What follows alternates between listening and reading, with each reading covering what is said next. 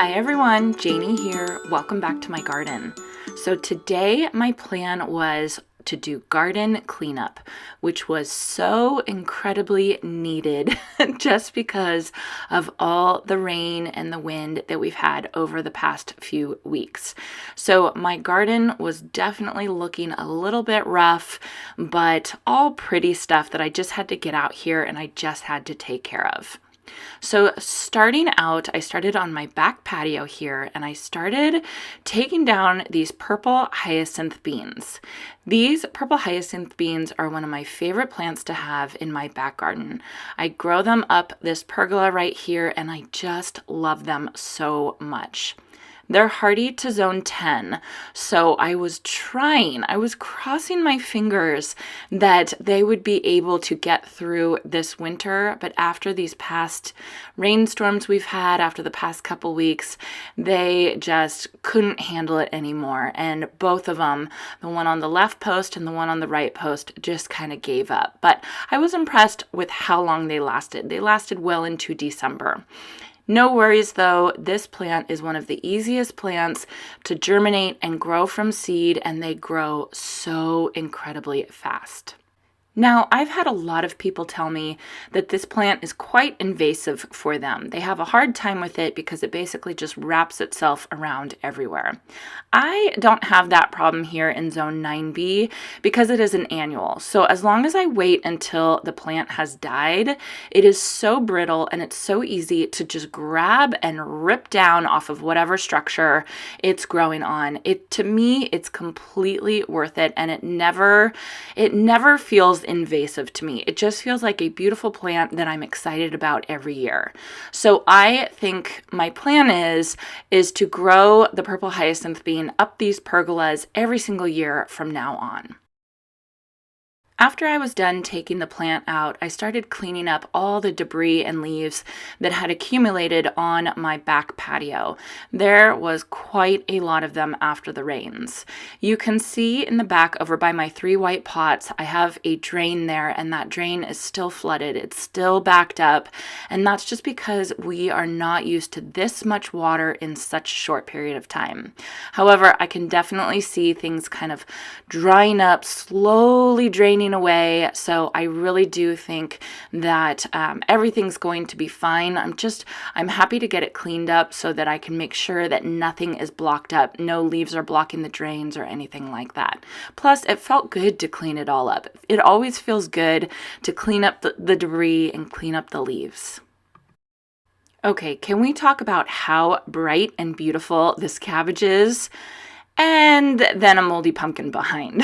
Yes, it's embarrassing to say, but these pots are from the fall. I have not touched them, I have not addressed them, and I wanted to get them cleaned out today. So luckily I had Jason here to help me, and he used his muscles and dumped them into the green waste bins. So I was excited to get those cleaned up because now I have 3 pots that I can plant some spring flowers in. So I think it's time for a trip to the plant store. After addressing the pots, I moved on to cleaning up my Perennials lamb's ear and my Shasta daisies. Now, I love Perennials lamb's ear. I'm sure you all have heard me talk about it before. It is such a wonderful drought-tolerant plant. The only drawback to this plant is how nasty it is in the winter after rainstorms when you have to clean up the leaves that turn to mush when they come in contact with water. It literally is mush. And I have so many of these plants in my garden, so honestly, this is one of my least favorite gardening chores. But I just put gloves on and I just remember I need to do it. Slugs and snails love living in this Perennials Ste J over the winter. I mean, if you were a bug and you had to get protection over the winter from the weather, wouldn't this be the place that you would choose? I think it's definitely the place that I would choose. So it's important to make sure that you clean it up so that you're not harboring slugs and snails. So I do what I have to do. I clean it up, I put gloves on, and I get all the mush out. Next, I started tackling my poor Shasta daisies. I have quite a few Shasta daisies in my garden. I love them so much. They're such a beautiful flower, but these poor things, I thought I lost them this past year. We had such a massive heat wave in August, and then we had all this rain in January, and I thought, oh, that's it for my Shasta daisies. But they pulled through. They did so well, so I just kind of cleaned up the old stems and then cleaned up all the debris that were kind of covering the new growth just so that they could have a chance to thrive and grow. So here you can see how much better it looks once I start just kind of cleaning everything up. And I know a lot of people say, oh, leave the leaves, but there was way too many leaves here. So these Shasta daisies absolutely needed this, and I'm so glad that I was able to get out here and give them some space. My next task was pruning my Eden climbing roses. I actually have two of these, one on each side of this garden arch. This garden arch I bought from Kinsman Garden Supply, and I absolutely love it. And I can just imagine these Eden climbing roses growing up and over it. I think it's going to be so beautiful. Last year, I only got a handful of roses because this rose is still very young. It's only about a year old. I planted it November 2021. So I really think that this year is going to be a big year for these roses. So I didn't have too much to prune since these roses are still fairly young. However, I still get so nervous about pruning roses. I don't know what it is. I don't know why it's so intimidating. I know it's not just me because I've talked to other gardeners and they've said the same thing, but I am just intimidated with pruning roses. I don't know if I'll ever do a rose pruning video until I feel more confident about it. Here in Yolo County, we have a community college, and apparently there's about 300 roses in the community college. And my Master Gardeners program goes there for volunteer work and prunes the roses. So I definitely want to go to that just so that I can get some more practice pruning roses and so that I can feel more comfortable in my own garden. The tips I've learned so far for pruning roses, specifically climbing roses, are one is to leave the main cane, and the main cane is the big thick cane coming from the ground, and to prune the lateral canes, the smaller canes coming off the main cane, to about 2 inches long off the main cane. It's also important to defoliate or remove all the old leaves, even though it looks brutal and mean to take off all the leaves from the rose. It's actually best for the rose to keep it disease-free. Then the other important thing to note is to make sure you clean up all the debris from the ground around the rose, because again, that will further protect your rose from any diseases harboring over in the leaves. Like I said, I think with more practice, I'll feel more comfortable with pruning roses, but for now, I'm just going to take it slow and I'm going to trust the process. And here you can see my finished product. I'm pretty happy with how it turned out. The poor plant looks bare. I took off all the leaves and I cleaned up all the leaves from the ground. And then I pruned back the lateral canes, and what's left are the main canes. And what I did is I'm training my main canes to kind of go in an S shape back and forth so I can get some horizontal growth, because the blooms will come off of the horizontal growth. The lateral canes will grow straight up, and that's where the blooms will come. So I'm trying to get as many blooms as possible, and that's why I'm training it this way. With the rose all cleaned up, this poor plumbago on this tutor that is falling over is really looking rough at this point. So I knew I needed to address it. I needed to clean it up. This shrub is so intense and so heavy. I was concerned that it actually bent the metal of my tutor at this point.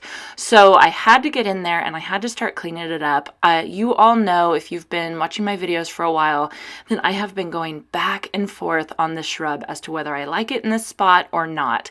I love the blooms, but I just think it's a little too vigorous for this spot and to put on the tutor, and I just decided it just might not be the right spot. So I started off with just cutting it back, and then as I was cutting it back, I was kind of getting more and more into the fact that I liked it better with this mass gone. So I called Jason over to help me, because with my past experience getting these plumbago shrubs out, their taproots are intense. So he came and he helped me, and we got this shrub out, and once I got it out, I knew it was the right choice. I knew it was the right thing to do. You know, when you're just sitting there and you're thinking about whether or not you want to take a plant out or not, it's always hard to take a plant out, but sometimes if you just can't make your mind up about it, it might just be time for it to come out and to find something else. So I'm really excited now, because this is kind of a blank slate.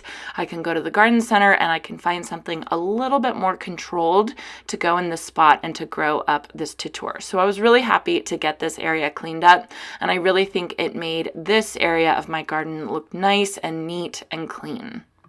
While we still had a little bit of time left, I came to this garden bed right here. In the front, I have a Miscanthus cabaret grass that I needed to cut back because it was going to start pushing new growth. And you always want to cut your grasses back before they start pushing new growth, because you don't want to accidentally cut the new growth, or else it will have a haircut look for the rest of the season. So I'm glad I got the time to come out here and cut that back. And then I started addressing my poor Clematis armandii. This poor thing, we had taken it down off its wire to paint the fence earlier this past summer, and then kind of just threw it back up, you know, just willy-nilly. And this plant, it's just crazy. When the leaves come out, they wrap around whatever is around it, whether it's another leaf or a vine or something like that. So once it grows and it starts growing into a mass, there's pretty much no way that you're going to get it untangled. So the whole vine was just one big mess, and I was having a really, really difficult time getting it back on the wire, making it look good. So I kind of gave up and I just threw it over the fence, and it's about to start blooming. It is an incredibly early bloomer, and it smells so beautiful. So I didn't want to miss out on the blooms this year. So I think what my plan is I'm going to let it bloom. I'm going to enjoy the blooms, and then I will come back and I will prune it way back and then start retraining it up the wire. That way I still get to enjoy it for this year, but when it's just leaves, I can cut it back and I can make it look a little bit cleaner and a little bit neater. The last thing I did was I addressed my flowering maple. I think I'm going to have to move this flowering maple. I love it, but I think it just doesn't get quite enough sun. It's become pretty leggy and pretty stretched out, and that's not really the look I'm going for right here.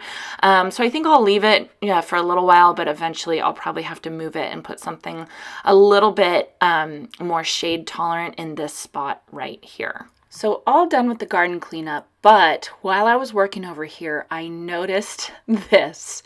So this is right across the street, and last month I came over here and I planted a whole bunch of California native seeds, and it looks like the city decided to do some work right where I planted the majority of my seeds.